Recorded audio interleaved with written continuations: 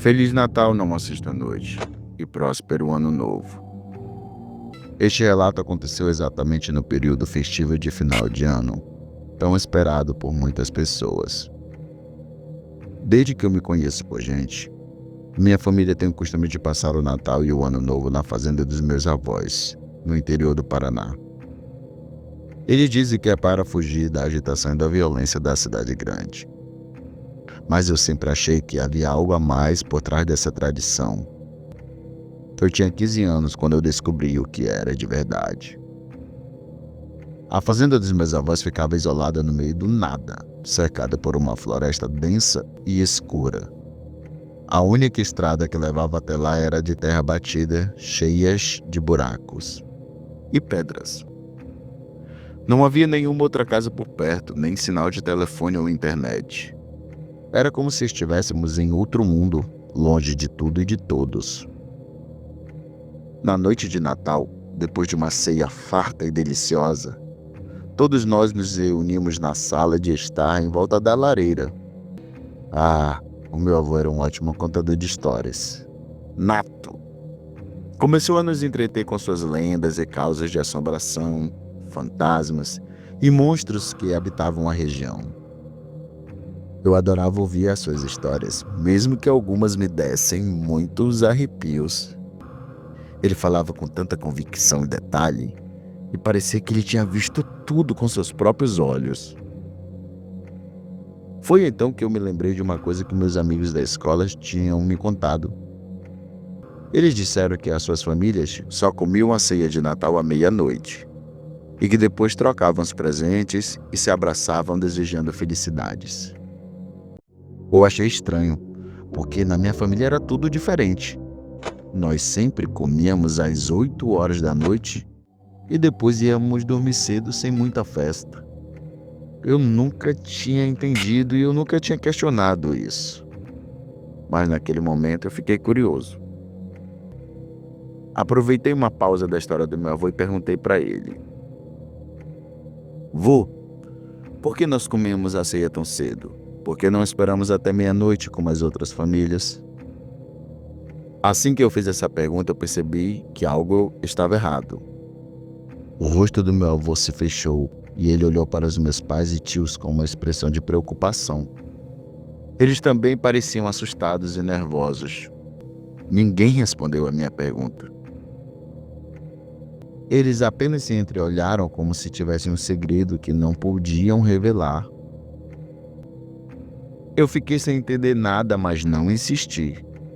Achei que eles tivessem algum motivo para fazer as coisas do jeito deles e que talvez fosse algo pessoal ou religioso. Eu resolvi deixar o assunto de lado e voltar a prestar atenção na história do meu avô. Ele continuou a nos contar sobre as criaturas que rondavam a floresta, como o saci, a mula sem cabeça, o curupira e o boitatá. Mas ele disse que a mais perigosa e temida de todas era o lobisomem. Um homem que se transforma em um lobo feroz nas noites de lua cheia e que atacava qualquer um que cruzasse o seu caminho. Ele disse que o lobisomem tinha uma preferência especial por crianças, principalmente as que não eram batizadas, pois elas eram muito fáceis de serem capturadas e devoradas. Eu senti um calafrio ao ouvir isso, pois naquela noite havia 2 crianças recém-nascidas na casa. Os meus primos gêmeos, que tinham nascido apenas há 2 meses. Eles ainda não tinham sido batizados, pois os pais deles queriam esperar até o Ano Novo para fazer uma cerimônia mais bonita e com mais convidados. Eu olhei para eles que dormiam tranquilamente no berço e me perguntei se eles estavam seguros ali. Meu avô percebeu o meu olhar e disse: Não se preocupe, meu filho. Nós estamos protegidos aqui dentro. Nós temos fé em Deus e Ele não vai deixar que nada de mal nos aconteça. Além disso, nós temos os nossos cachorros, que são bravos e fiéis, e que não deixam nenhum bicho entrar ou se aproximar da casa. E se por acaso algum lobisomem aparecer aqui, nós temos as nossas armas, que são tão de boa qualidade e bem afiadas.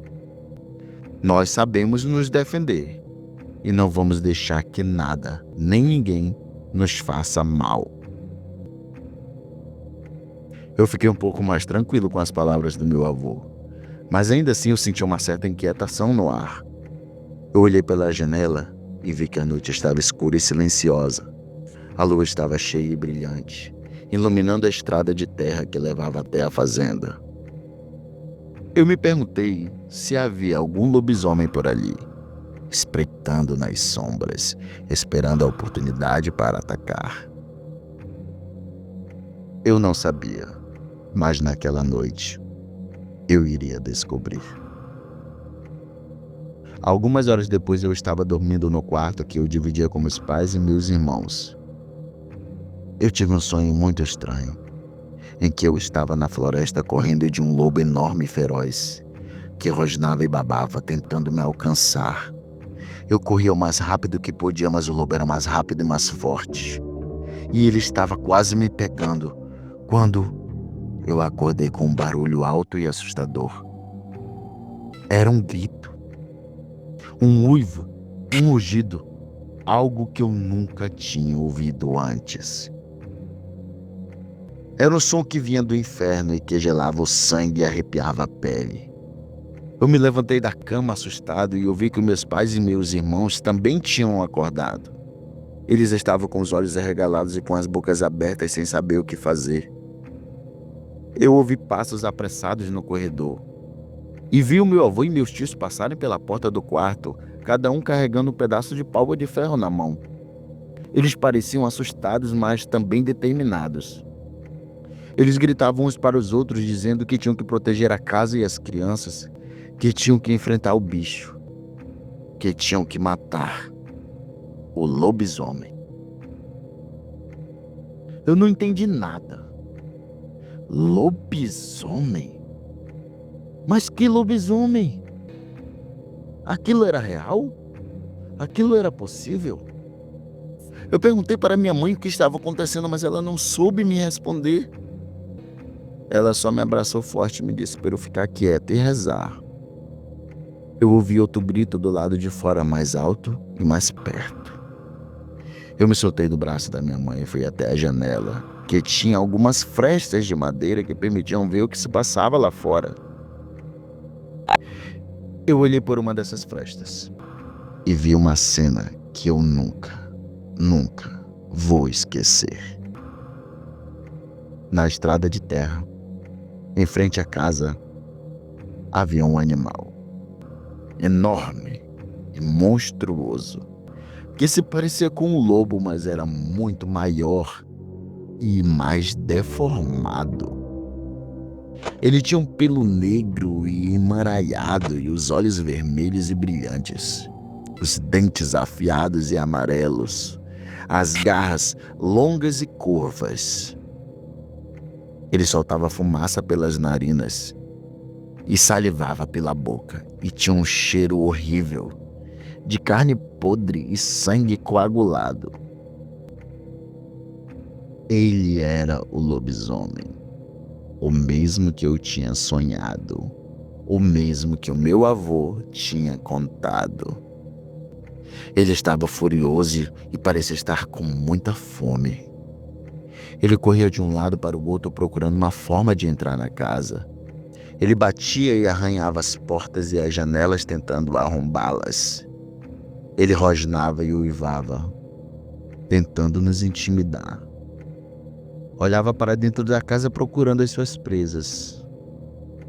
Por fim, não conseguiu entrar e sumiu no mato. Aquele final de ano ficou marcado na minha vida para sempre. Boa noite.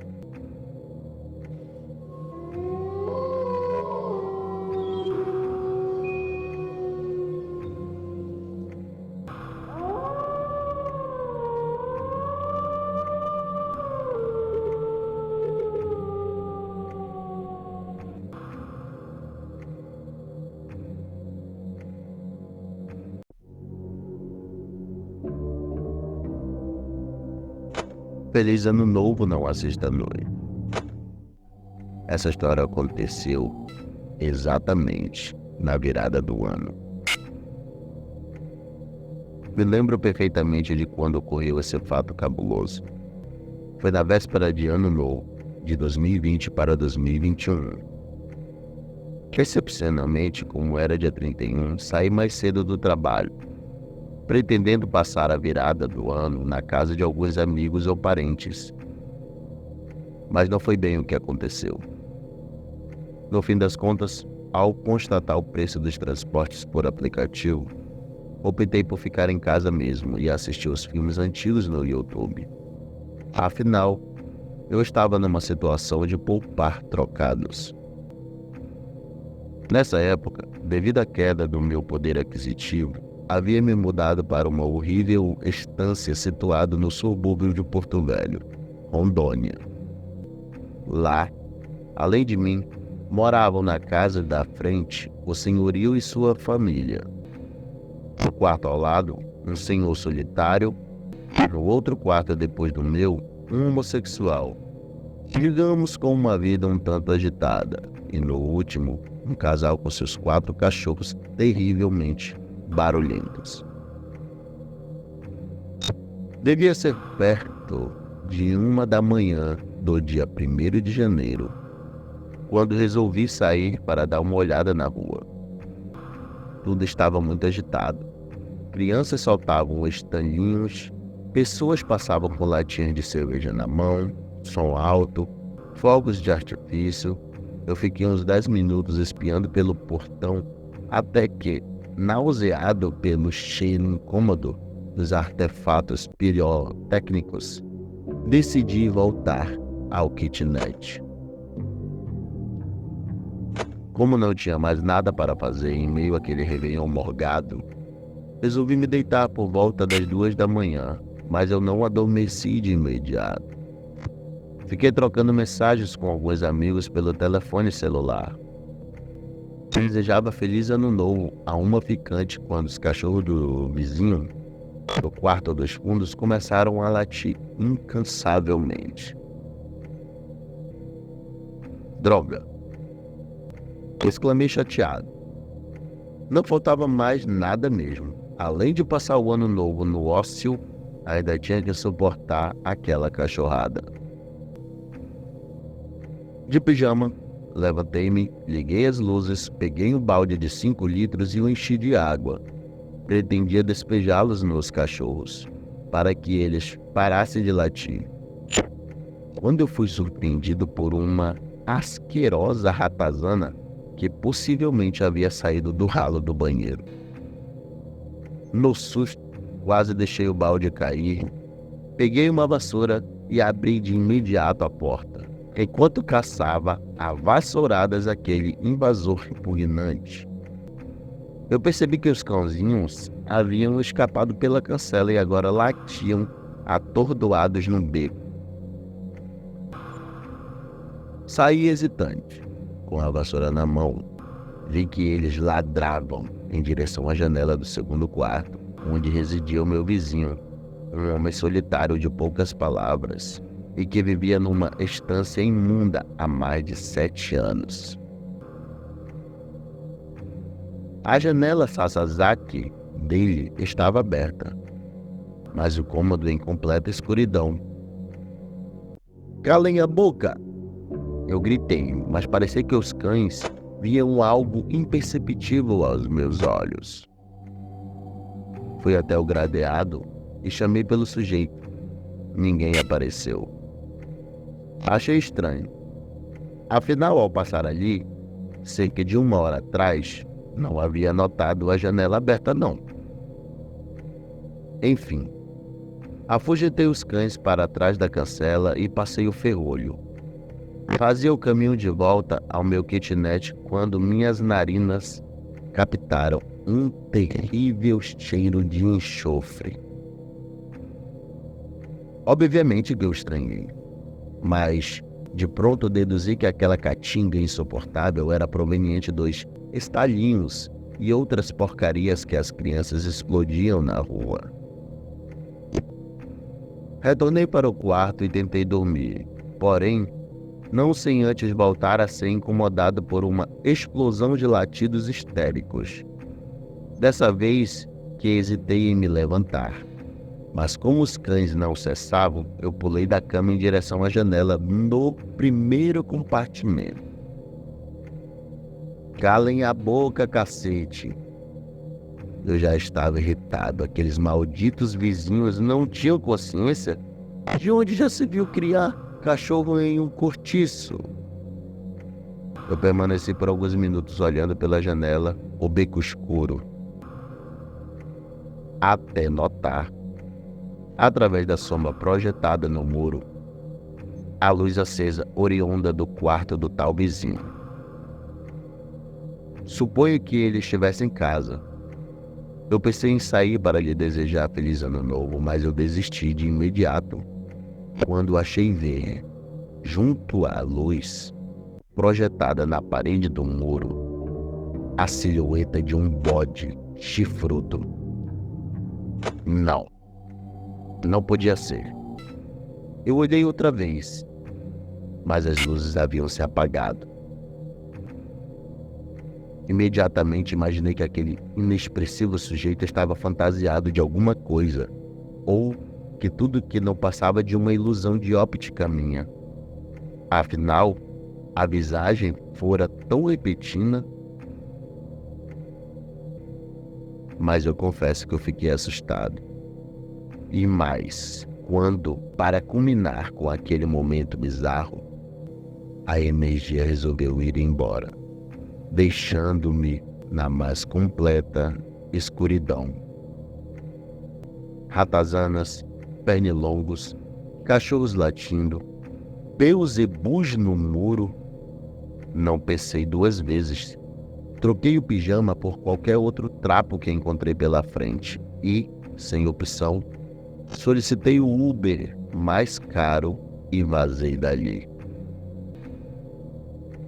Humberto, você por aqui? Minha tia mostrou-se surpresa ao me ver em sua casa naquela madrugada. Afinal, eu não ia lá há 2 anos. Fiquei meio sem graça, mas fim de ano é sempre uma ocasião especial. Eu permaneci na casa dela até o meio-dia, apenas para não perder o RO da ceia de Ano Novo. E voltei para a estância por volta das 2 da tarde. Chuviscava. O casal donos dos cães já havia voltado do Réveillon da casa de parentes, e por isso seus insuportáveis bichinhos não latiam mais. A janela onde, outrora, eu tinha visto o bode chifrudo ainda estava aberta, mas sem sinal do seu morador. E assim permaneceu até o dia 3 de janeiro, quando um cheiro podre começou a infestar toda a estância. Como o morador da respectiva kitnet não era visto desde a noite do dia 31, os outros e eu alertamos ao senhorio que, com uma cópia da chave, veio averiguar. E não deu outra. Atrás da parede que dividia o minúsculo cômodo, lá estava o cadáver do sujeito inchado e apodrecido. Uma viatura da Polícia Civil e outra do IML não demoraram a chegar ao local. A perícia foi feita e o corpo removido sob uma multidão de curiosos. Ao que tudo indica, de acordo com o laudo cadavérico, emitido cerca de 1 mês depois, Antônio Pessoa Lima, 45 anos, o homem encontrado morto na kitnet, falecera de overdose de cocaína, provavelmente de madrugada no dia 1º de janeiro, e possivelmente no mesmo instante em que eu vira o bode chifrudo projetado na sombra do muro.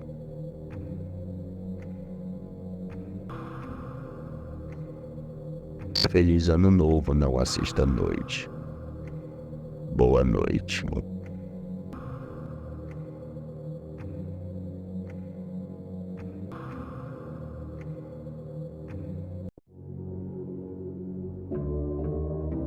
O Hoje vou contar um relato de um rapaz chamado Vitor, morador da cidade de Andradas, Minas Gerais. Ele começa dizendo que, na véspera de Natal de 2022, em um sábado, ele estava indo com seu Fusca azul passar a ceia de Natal na casa da namorada, que mora em um sítio bem afastado da cidade, nos arredores da Pedra do Elefante. Como ele iria percorrer meia hora de estrada de terra, ele saiu às 21 horas de casa e foi tranquilo como fazia todos os finais de semana.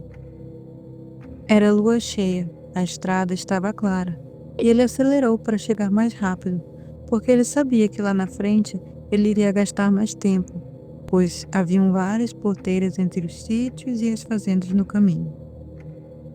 Vitor conta que sempre foi um cara corajoso. Ele cresceu em Andradas e nunca foi supersticioso com nada. Já havia feito aquele trajeto muitas vezes. Nunca tinha encontrado nada que o fizesse sentir medo, mas naquela noite foi diferente. O rádio do carro estava sintonizado na 89 FM, a rádio rock. E por 10 minutos, a viagem seguiu tranquila, ouvindo um rock, pensando na namorada. Mas tinha alguma coisa errada. Ao olhar algumas vezes pelo retrovisor, começou a ter a sensação de que estava vendo alguma coisa seguindo o carro. Quando fixou os olhos para ter certeza, viu um vulto escuro a uns 8 metros de distância e, aos poucos, ele foi tentando entender o que era.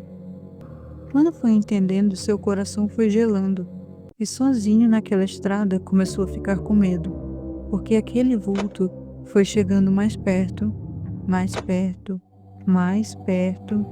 Era alto como um homem, mas ao mesmo tempo era igual a um lobo e estava correndo na mesma velocidade do Fusca. Ele pisou no acelerador, ele não sabia o que era aquilo, mas sabia que tinha que correr.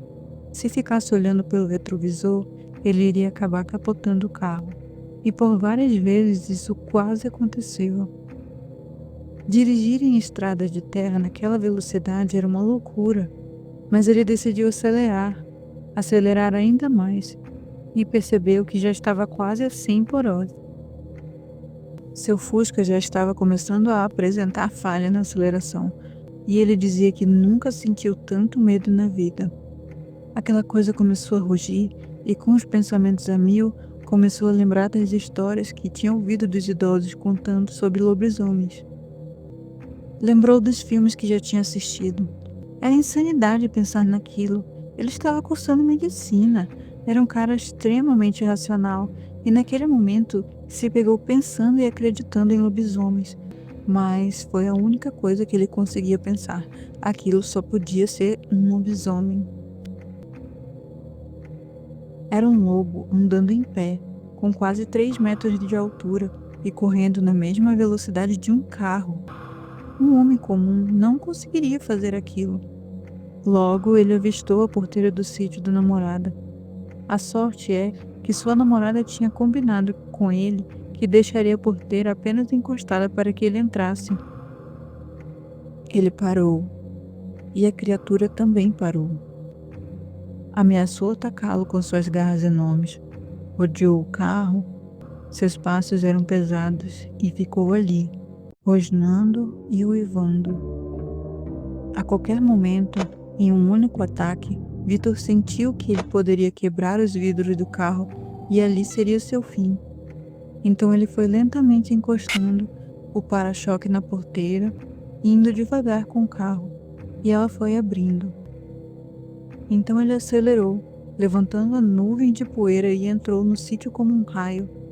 O lobisomem não o acompanhou.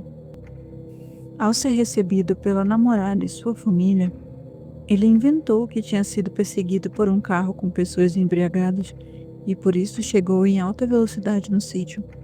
O pai da moça insistiu em fazer uma ligação para a polícia, solicitando apoio naquela noite. Mas Vitor sabia que os policiais não iam encontrar nada. Vitor continuou visitando a casa de sua namorada, mas nunca mais foi lá à tarde da noite. Todos os finais de semana, ele saía às 6 horas de sua casa, dormia na casa da namorada, mas à noite ele não anda mais ao redor da Pedra do Elefante.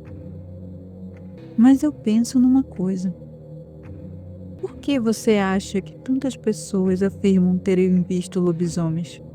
Seria apenas imaginação?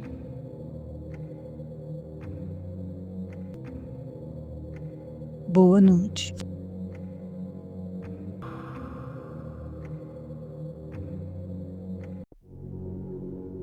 Olá, boa noite. Eu irei relatar uma situação que eu mesmo vivenciei junto com alguns amigos da minha irmã. Isso ocorreu em meados dos anos 90. Não lembro o ano exato. Me chamo João e como esses fatos ocorreram com pessoas reais e todas elas ainda estão vivas, por respeito a essas pessoas irei mudar os nomes para nomes fictícios.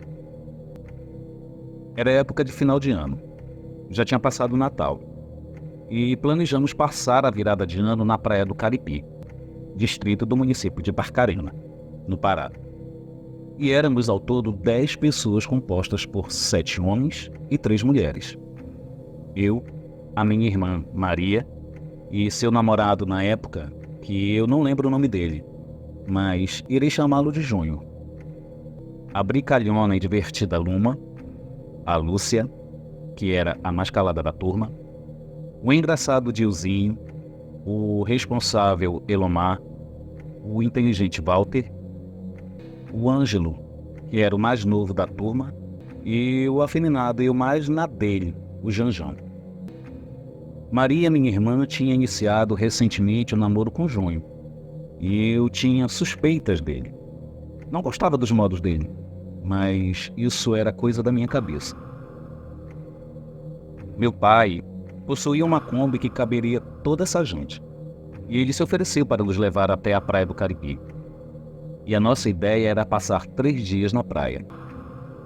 Não lembro o ano que ocorreu esse fato, mas lembro que 31 de dezembro era na sexta-feira. E lembro que fomos na sexta-feira de tarde para a praia. Meu pai nos deixou lá e voltou para a cidade. E ficaríamos até o domingo para voltar à tarde de ônibus fretados que costumavam ter aos domingos para a cidade. Assim fizemos. Nos organizamos para levar redes, barracas, comidas, grelha para assar carne, um pouco de carvão e, principalmente, bebidas que não poderiam faltar, além de outras coisas que poderíamos precisar para passar o final de semana na praia, que na época era quase deserta, embora existisse alguns poucos moradores por lá. Após nosso pai nos deixar, sem antes fazer recomendações e conselhos, escolhemos ficar na ponta da praia que não tinha nenhuma casa. Só algumas barraquinhas onde funcionavam barzinhos, mas que não tinham ninguém. Estava tudo fechado. Mas tinha parte coberta onde a gente deixou nossas coisas que não poderiam pegar chuva. No primeiro dia foi tranquilo, nada demais. Brincamos, nos divertimos, tomamos banho de mar e, à noite, nos preparamos para a virada de ano. A parte que tinha gente era mais distante um pouco, logo no início da entrada, por onde se chega na praia. Para o lado que ficamos, mais afastado desse movimento, só estava o nosso grupo. Após nos arrumarmos, fomos dar uma volta pela areia da praia em direção onde ocorria animação e festa nos poucos bares que estavam abertos.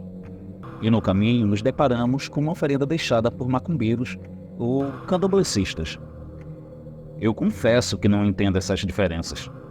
Perdoem-me, seguidores do canal. O certo é que vi comidas, velas acesas e folhas espalhadas pelos lados. Fiquei arrepiado ao ver essas coisas, e por respeito, não tocamos em nada e passamos adiante. Nos divertimos, bebemos e comemoramos o Réveillon e voltamos para o nosso acampamento. E nada demais aconteceu. Nos acomodamos para dormir e cada um dormiu como pôde. No dia seguinte, no sábado, a brincadeira continuou. Assamos carne, bebemos de leve, brincamos, Tomamos banho de mar e o dia foi passando sem nenhum incidente. Chegando à noite, lembro que ficamos em roda na parte coberta, pois caiu uma chuva de leve. E era rodada de cerveja e muitas conversas. Maria estava numa cadeira. Preciso falar no detalhe que vai fazer a diferença no relato sobre minha irmã. Minha irmã era magra e baixa. Não tinha força e era de mente fraca. Não tinha muitos estudos. Fez no máximo o ensino fundamental incompleto. E como mencionei acima, tinha iniciado recentemente um namoro com o Júnior, que eu conhecia há pouco.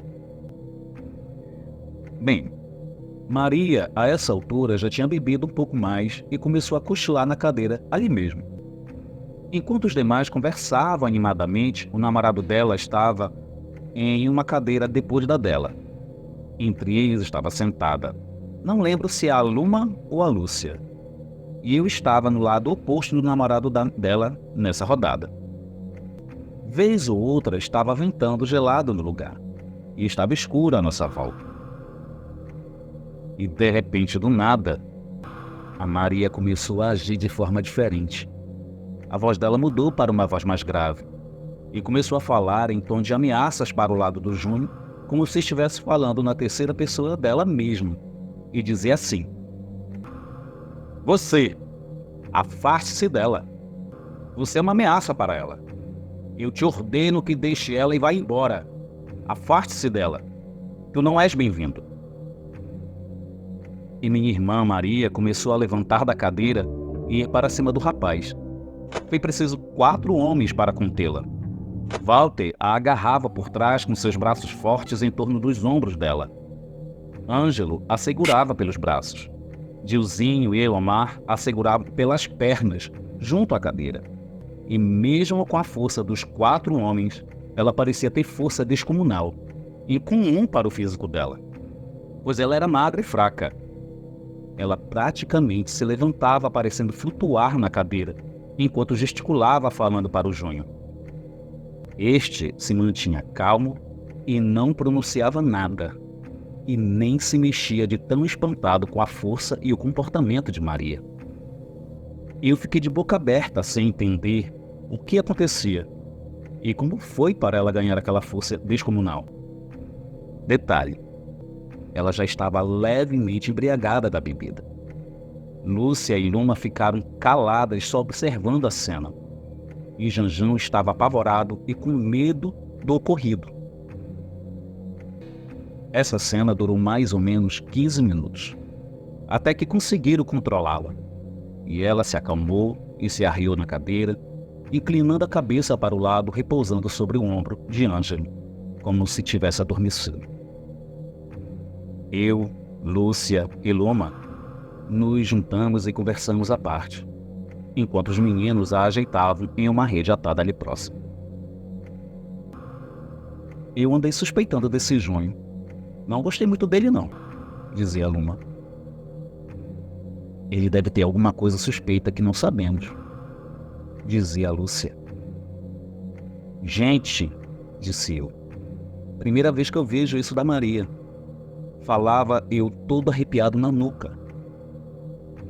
Eu conheço gente que segue a religião da Umbanda e alguns já me contaram essas coisas de incorporar espírito de caboclo nas pessoas, disse Lúcia. E se virando para mim, ela diz: a sua irmã pode ter recebido espírito de caboclo, que provavelmente é o protetor dela, e que nos alertar desse namorado dela.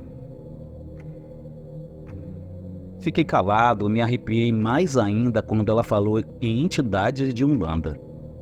Confesso que o clima ficou estranho depois desse episódio. Mas os demais que ainda estavam bons e queriam esquecer a tal cena, voltaram a beber e até colocar música para animar o ambiente, para esquecer o fato, pois ainda era cedo, eram 20 horas da noite. Após o ocorrido, cada um procurou seus lugares e dormiram. E no dia seguinte, à tarde, voltamos para a casa de ônibus. E no caminho perguntamos para Maria se ela lembrava do que aconteceu no dia anterior. Ela disse que não lembrava de nada. Meses depois, ela deixou do namorado e não sabemos até os dias de hoje o que ele era e o que fazia. e aquela cena da suposta incorporação da entidade ficou na minha cabeça por muito tempo. Esse é meu relato que eu tinha para contar, e fiquei impressionado com isso. Se algum inscrito souber o que aconteceu e puder explicar nos comentários, ficarei grato. Até a próxima vez.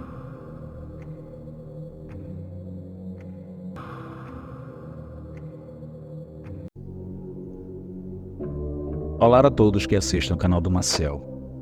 Meu nome é João Pedro. Eu vim contar uma experiência sobrenatural com um urso de pelúcia que eu ganhei. E isso aconteceu no Natal. Eu ganhei do meu irmão um urso de pelúcia e eu lembro que assim que eu ganhei, já comecei a brincar com ele. À noite eu tive um sonho que o urso tentava me matar.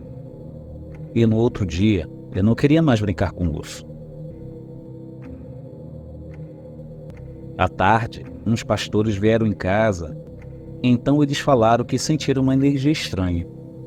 E aí eles foram ao quarto que era meu e da minha mãe. O urso estava em cima da cama. Aí eles perguntaram como foi que conseguimos o urso. Minha mãe disse que o meu irmão deu de presente para mim. E eles mandaram que nos livrássemos dele, porque tinham visto que o urso estava cheio de coisas negativas. Minha mãe queimou o urso, mas ele não pegava fogo. E minha mãe fez uma oração e só aí ele começou a queimar. No outro dia, minha mãe ficou sabendo que a loja que meu irmão comprou o urso tinha fechado. Boa noite.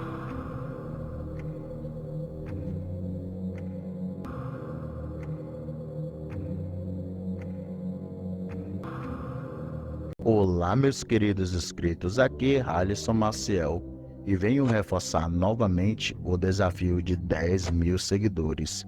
Quando eu bater a meta de 10 mil seguidores, eu vou sortear 2 livros do Jefferson José, O Eurofo na Vila dos Lobos e O Dia em que o Sol Parou.